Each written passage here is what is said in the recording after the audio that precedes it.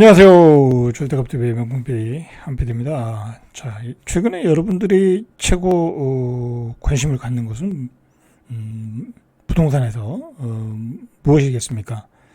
제가 생각하기에는 대선 이후의 집값 전망이죠. 대선 이후에는 여러 가지 정책들이 변하니까, 그죠? 정권이 바뀔 수도 있고 새로운 대통령이 들어올 수도 있고, 그죠? 뭐 여가 되든 야가 되든 새로운 대통령이 되고 나오고 새로운 주택 정책을 피겠죠. 자, 그런 것에 대해서 우리가 한번 오늘 고민을 해보자는 거죠. 같이 고민을 해보자는 거죠. 자, 부동산 가격의 변화를 주기 위한 핵심 요소 세 가지는 뭐냐면 금리, 그죠? 금리. 그 다음에 대출, 뭐 그냥 금리와 대출은 같은 거고, 공급 물량, 그죠? 공급 물량이 중요한 거죠. 그 다음에 전세 가격. 자, 요 세 가지죠. 자, 요 세 가지에 포인트를 맞춰가지고 한번 살펴보시죠. 자, 이제 제가 오늘 이야기하는 지역은 서울 수도권이에요. 서울 수도권에 국한져서 이야기하는 거예요. 뭐 지방까지 얘기하면 이건 뭐 다 개별적인 요소가 들어가니까 복잡해지고 서울 수도권만 보자. 다른 지역은 다음에 보고, 그죠? 다음에 보고 서울 수도권만 금리, 공급 물량, 전세 가격. 자, 그러면 첫 번째 금리를 한번 보시죠. 이게 한국은행에 들어온 사이트거든요. 뭐 100대 집해가지고, 자, 여러분 여기 굉장히 좋은 자료가 많아요. 뭐 금리도 있고, 뭐 신용 대출도 있고, 통화량도 있고, 원엔 달러 환율도 있고, 종합지수도 있고. 자, 이거 여러분들 뭐 투자하시는 분들은 여기 들어와서 이거 수시로 보셔야 되겠네요. 그죠? 굉장히 좋아요. 특히 주식 투자하시는 분들은 여기 한국은행 금융경제 스냅샷, 자, 이거 들어오셔가지고 항상 보시길 바래요. 자, 주요 단기 시장 금리. 자, 한국은행 기준금리, 콜금리, 뭐 리보금리, 3개월짜리 CD금리, 단기 시장 금리, 그 다음에 장기 시장 금리. 자, 장기 시장 금리를 보니까 국고채 5년, 3년, 5년, 뭐 그렇죠. 회사채 3년. 자, 굉장히 가파르죠. 그죠? 가파르게 떨어지고 있어요. 지금 국고채 수익률 3년짜리가 2.3, 국고채 수익률 5년짜리가 2.4. 그러니까 여러분들 국채 사면은 2.3% 받는다는 거야. 2.3% 받아가지고 수익이 날까요? 물가는 5%씩 이 느낌상으로, 체감상으로 5% 이상 폭등하는데 2.3을 받고 5년을 졌다. 그러면 내 현금은 그냥 까지는 거예요. 그리고 집값이 올라가는 속도, 그 다음에 시중의 유동성, 그리고 뭐 계속 국채를 찍어내잖아요. 이제 계속해서 적자가 나잖아요. 우리 재정 적자가 나잖아. 이 기업들이 돈을 못 버니까 정부는 어떻게 해야 되겠어요? 세수는 많이 나가고, 특히 이제 예를 들어 지금 야당 이재명 후보가 당선이 된다. 그러면 그 양반은 돈을 더 푸는 사람이잖아요, 그죠? 돈을 더 푸니까 돈의 가치가 떨어지겠죠, 그죠? 그리고 지금의 여당은 조금 이렇게 적자를 줄여나가는 정책을 피고, 그러면 조금 돈의 가치가 덜 떨어지겠죠. 그런 차이가 있는 거예요. 자, 그리고 회사채를 우리가 샀어요. 2.9야. 3%도 안 돼. 자, 이거는 세전이에요. 세전. 그럼 세후가 되면 더 떨어지겠죠. 자, 그러니까 채권을 사서 맡겨놓는다. 채권을 사서 내가 투자한다. 별로 돈이 안 돼요. 돈이 안 되고 돈이 오히려 줄어들어. 3년 뒤, 5년 뒤에. 집값은 한 10%, 20%, 30% 올라 있는데 내 돈은 한 5%밖에 안 돼. 5%밖에 안 올라 있어. 그러니까 돈의 가치가 떨어진다. 자, 그 다음에 단기금리도 보니까 기준금리죠. 우리 한국은행 기준금리 2.75 계속 떨어지는 추세야.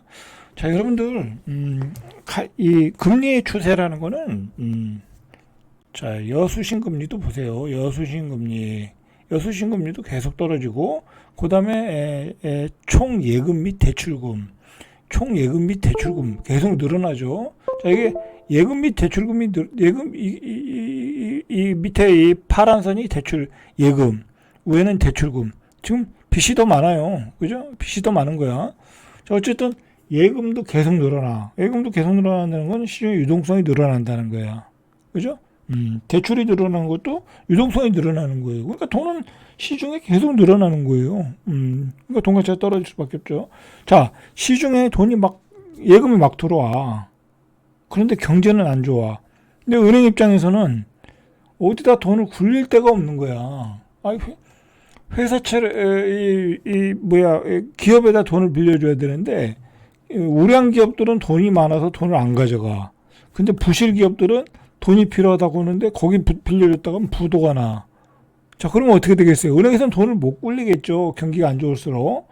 그러면 금리를 낮추겠죠. 아유, 예금 금리요. 3%던가 1.5예요. 1.5밖에 못 받아요. 그 이상 수익이 안 나요. 그러면서 줄어드는 거예요. 금리가 떨어지는 거야. 자, 수요와 공급이에요.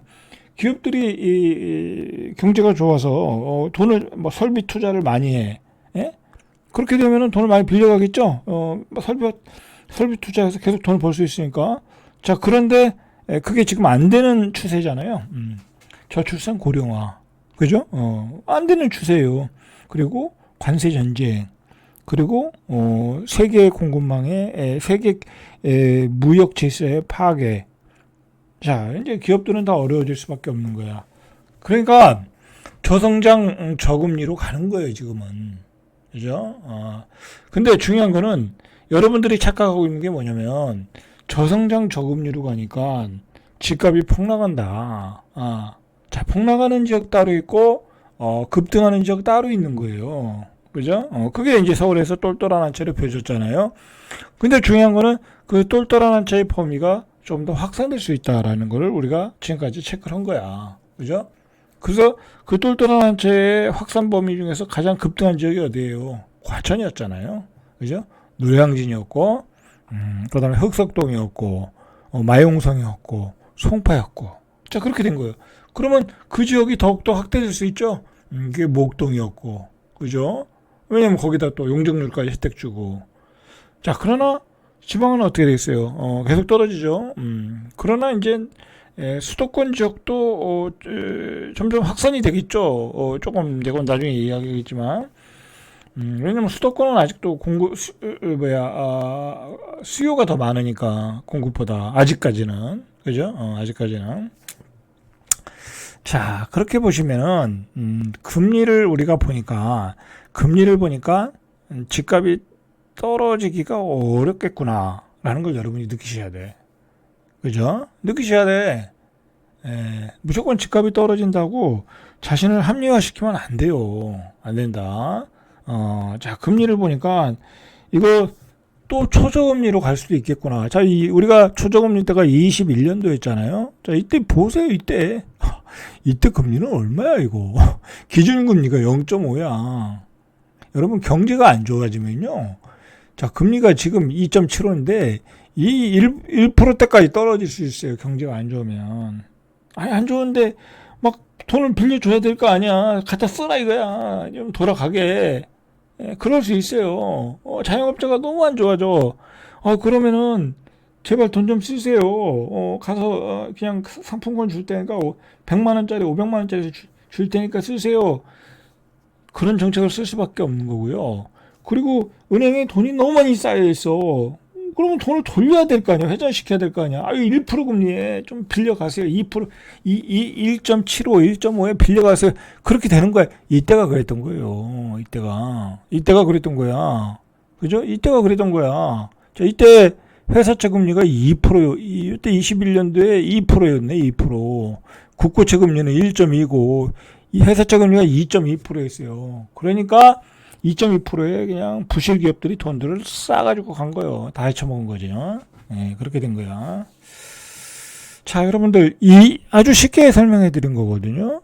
자, 금리를 보니까 집값이 떨어질 기미가 별로 안 보이더라. 라는 거예요, 지금.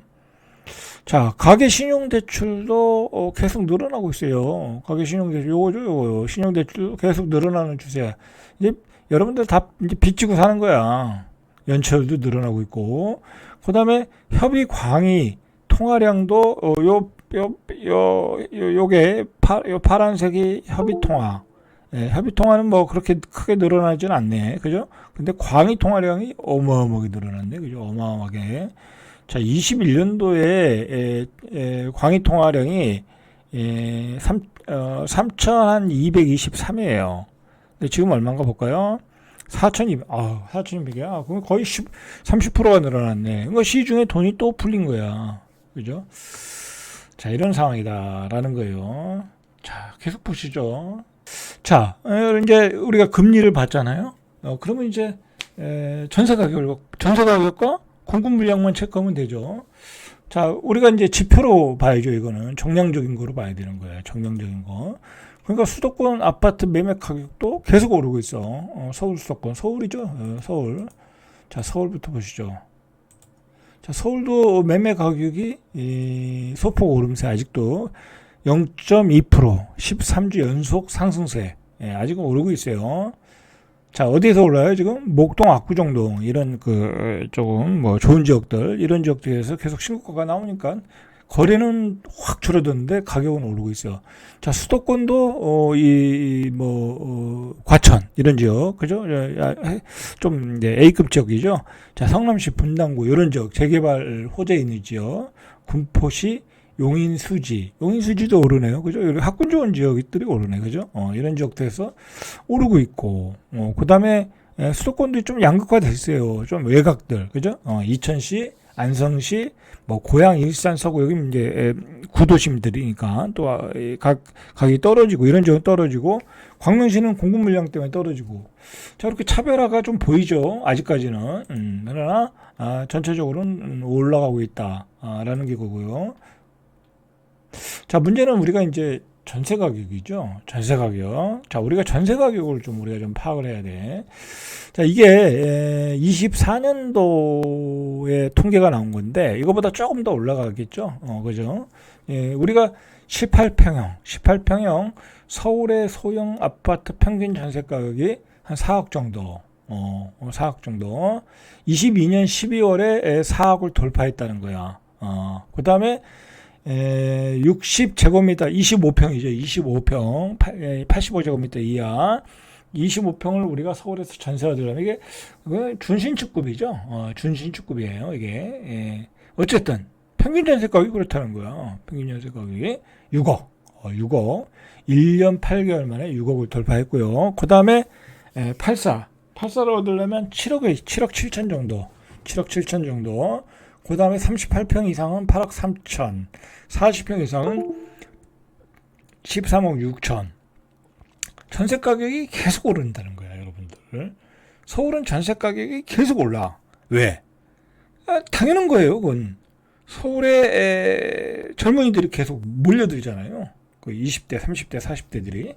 근데 30대들이 주로 원하는 건 뭐예요? 새 아파트를 원하는 거죠. 준신축, 새 아파트를 원하는 거야. 항상 수요가 딸리죠. 수요가 딸려요. 자, 그러면 수요는 많은데 전세 물량이 급감을 하고 있다. 우리가 그걸 또 파악을 해야 돼. 1년 새 전세 매물이 21% 급감했다는 거야. 수도권에. 여러분들 뭐 나중에 시간 되면 보겠지만 수도권에 좀 괜찮은 지역들 전세 물량을 보세요. 단지에 몇 개 있나. 없다니까. 진짜 없다니까. 뭐 몇 개 안 된다니까. 한 1000가구 되는데 5개도 안 나와요. 자, 전세 물량이 급감하고 있다. 시가 말랐다라는 거야. 그러면 전세 물량도 모자르다는 얘기네요. 금리는 내려가고 전세 물량도 모자르다는 얘기네. 그죠? 근데 왜 모자랄까요? 그걸 우리가 또 알아야 돼. 여기에 구조적인 문제가 있다라는 거죠. 일단은 계약갱신 청구권을 사용할 수 있잖아요. 그죠? 2년 산 다음에 2년을 더 살 수 있잖아. 그러니까 전세 물량이 시장에 안 나와. 그죠? 자, 그 다음에, 전월세 상한제를 시행해서 이제 계약갱신 청구권 하는 거니까 안 나오는 거고. 그 다음에 전세자금 대출 규제, 수도권 전세 매물의 시가 마르고 있다. 자, 그 다음에 최근 2년간, 자, 요거는 조금 뒤에서 설명해 줄게요. 전세자금 대출 규제라니까 전세 매물의 시가 마르고 있다. 자, 그거는 뭐냐면 대출을 많이 안 준다는 거야, 이제. 예전과 같이. 자, 그러니까 어떻게 되겠어요? 월세로 전환하는 거야.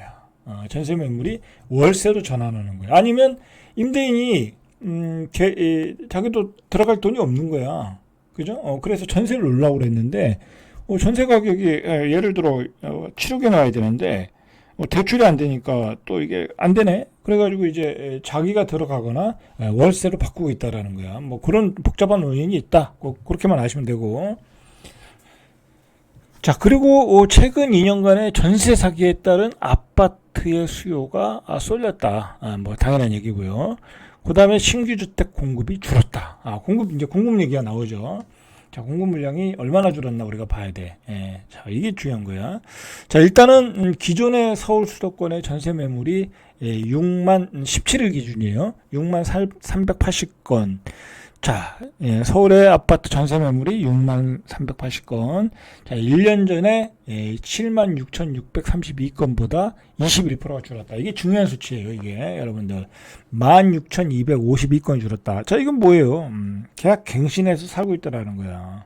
계약 갱신해서 5%만 올려주면 되니까. 나가면은 20% 올려줘야 되는데 5%만 올려줘야 되니까. 근데 새로운 수요는 계속 들어오고 서울 수도권에. 그러니까 이게 문제가 되는 거예요. 서울 수도권의 쏠림 현상이. 그래서 문제가 되는 거야. 이거 뭐 계속 하다가는 서울의 집값은 올라갈 수밖에 없는 상황이에요. 자, 경기도를 보니까 1년 새 전체 전세 물량의 31%가 사라졌다. 그죠? 서울은 8.7% 사라졌고요. 경기도는 31.7%가 사라졌다. 그죠? 자, 충격적이죠? 전세 물건이 사라졌다. 자, 한 아파트 단지를 볼게요. 대표 단지. 송파 헬리오시티의 전세 매물은 1년 전보다 40.5%가 사라졌다. 안 나온다는 거야, 들어가서. 안 나온다. 헬리오시티를 보니까 40%. 그러니까 좋은 지역은 더 많이 전세 물건이 사라졌다는 거죠. 자, 지난해 입주 물량이 줄어들었고요. 가계대출 축소로 갭 투자를 규제했고, 그것이 전세 물건 감소로 이어졌고, 전세 물건이 월세로 가고, 또는 자기가 입주하는, 실거주하는 쪽으로 선택을 했다라는 거죠. 그죠? 자, 그러니까, 이게 임대차 이익법을 개정을 해야 된다. 그런 얘기가 지금의 여당의 입장에서 계속 나오는 거예요. 그건 맞는 얘기죠. 맞는 얘기예요. 임대차 이익법을 조정을 해야 돼. 서울 수도권은. 여러분들 만약에 이대로 계속 놓으면요. 이대로 계속 가면은 서울 수도권은 뭐 수요가 어마어마하잖아요. 그렇다고 서울의 공급 물량이 택도 안 되고 수도권의 공급 물량도 감당이 안 돼요. 이 속도로 보면 이 수요가 늘어나는 속도에 비하면 감당이 안 돼요. 자, 한번 보세요. 이 서울의 공급 물량을 보니까 빅데이터 플랫폼 업체의 부동산 지인에 따르면 서울의 입주 예정 물량 아파트가 39,997. 이게 적정 수요라는 거야. 자, 아니 이게 이제 공급 수요죠. 그다음에 이게 이게 수요고 적정 수요는 48,000건이라는 거야. 48,120 이 정도의 가구가 있어야 되는데 이게 공급이 된다는 거야. 적정 수량의 71%밖에 지금 공급을 못 하고 있다. 라는 거죠. 그러니까 결국은 전세 가격이 오를 수밖에 없다. 그런 얘기고요.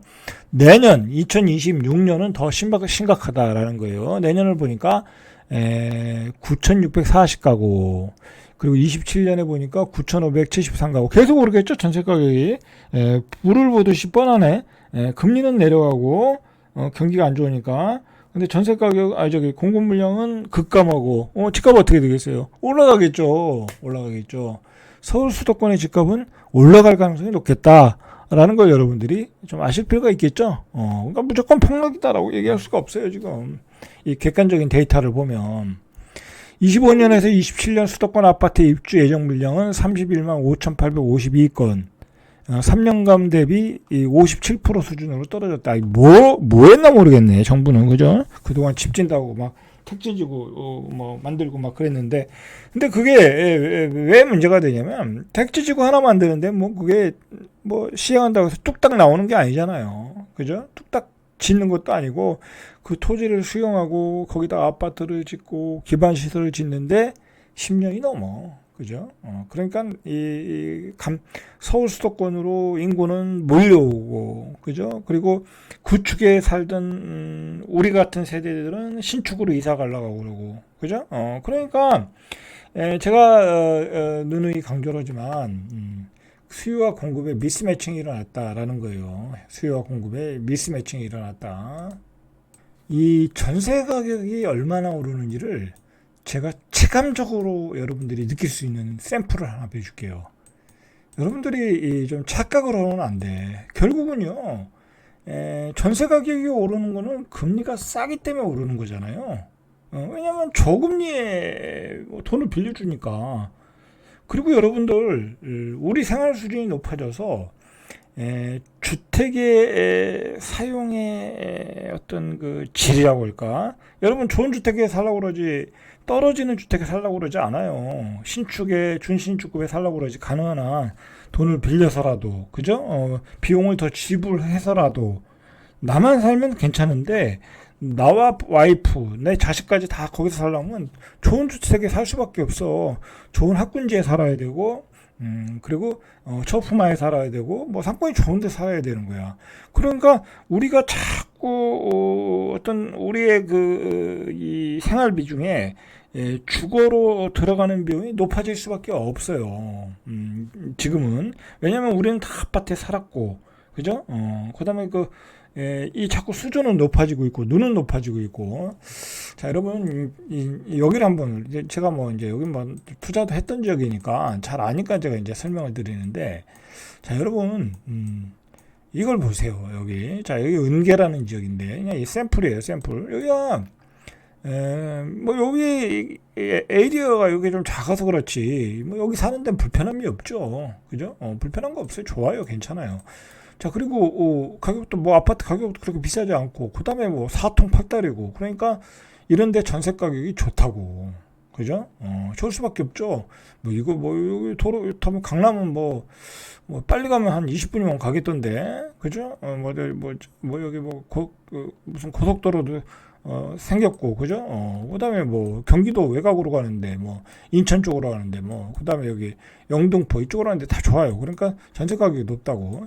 자, 전세 가격이 얼마나 가격이 올라가는지를 제가 이 아파트 한 단지로 비교를 해드릴게요. 자, 여기가 제가 이제 예전에 분양권을 샀던 지역인데 이거 39평이요. 4억에 분양했어요.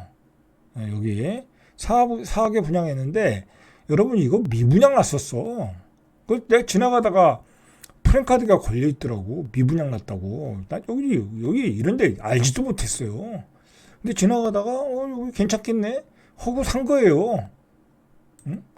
자 여기가 지금 이제 가격이 뭐 한 7억 3천 뭐 그 정도 하네요. 가격 분양가 3억에 4억에 7억 3천이면 뭐 많이 오른 건 아니에요. 그죠? 이렇게 올랐어요. 자, 최저일대가 6억 5천. 별로 떨어지지도 않았어요. 자, 전세 가격을 보세요. 전세 가격이 얼마인지. 전세가 지금 4억 9천, 4억 9천이 넘네. 5억 7천까지 찍었어. 그러니까 평균 5억이란 얘기잖아요. 분양가가 4억인데 전세가가 어느새 5억이야. 그럼 이 아파트의 전세 가격이 떨어지겠어요? 앞으로? 안 떨어지겠죠? 자, 그러면 예를 들어 여기 여기 한번 볼까요? 여기 32평, 여기 34평. 자, 여기 호반 서밋. 여기 전세 가격 얼마인가 보죠. 여기도 4억 4천이야. 4억이야, 4억. 그죠? 4억이야, 4억. 뭐 4억 5천까지도 나오네요. 그러니까 4억은 넘는다는 얘기잖아요. 자, 이렇게 분양가 뭐 얼마나 됐겠어요, 이거. 뭐 3억 얼마이지 않았겠어요? 그죠? 자, 분양 가격을 다 초월해 버린다는 거야. 그건 뭐예요? 전세의 수요가 많다라는 거예요, 여러분들. 그죠? 그러면 결국은 전세 가격이 올라가면 매매 가격은 올라갈 수밖에 없겠죠. 자, 이게 5억이고 이게 7억 5천이야, 매매가. 그럼 5억 5천. 몇 년 있다가 한 6억대. 6억인데 7억 5천에 사야 되는 거 아니야? 그렇게 되는 거예요, 여러분들. 그렇게 되는 거야. 비슷한 얘기 한번 들어볼까요? 자, 여기 은계자에 이런데. 자, 이거 매매가 얼마예요, 여기? 6억 5천. 그죠? 적정 가격이 이게 6억 5천. 전세는 4억이야. 근데 이게 전세가 5억대. 그럼 이거 어떻게 되겠어요? 가격이 올라가겠죠. 그런데 제가 뭐라고 그랬어요, 앞에서. 금리가 떨어지면 전세는 올라갈 수밖에 없다. 왜? 사람들이 좋은 데 살려는 수요는 차고 넘친다. 그렇죠. 거기다가 공급 물량도 앞으로는 모자란다고 한다. 거기다가 서울 수도권에 사람들은 계속해서 몰려든다. 여러분, 제가 그래서 누누이 얘기하지만 지역균형 발전 안 하면요, 서울 수도권은 악몽이 되는 거예요. 여러분들, 집 없는 사람은 악몽이 되는 거야. 어? 집 없는 사람은 악몽이 되는 거야. 전세 가격 계속 올라요. 전세 가격 계속 올라오면 매매 가격도 올라가겠지. 자, 이런 원리를 알아야 돼. 자, 뭐 또 하나 볼까요? 여기 제가 잘하는 데는 설명하는 거예요, 그냥. 자, 여기 6억 4천이래. 예, 100원. 여기 뭐 살기 좋잖아요. 예, 여기 살기 좋잖아요. 이 동네에서 살기는. 뭐 강남도 출퇴근 가능하고, 뭐 송도도 가기 좋고 좋잖아요. 여기 없을 거, 있을 거 다 있고. 자, 6억 5천이야. 그러면 전세 가격이 얼마예요? 전세는 4억이겠죠? 3억 9천, 뭐 4억 정도 하더라고요. 그냥 4억이라고 할게요. 4억에 한 6억에서 6억 5천. 그러면 4억 5천 정도 되면 가격이 좀 올라가겠네. 그죠? 자, 여기도 뭐 요거 6억 5천. 전세는 뭐 4억 정도. 그죠?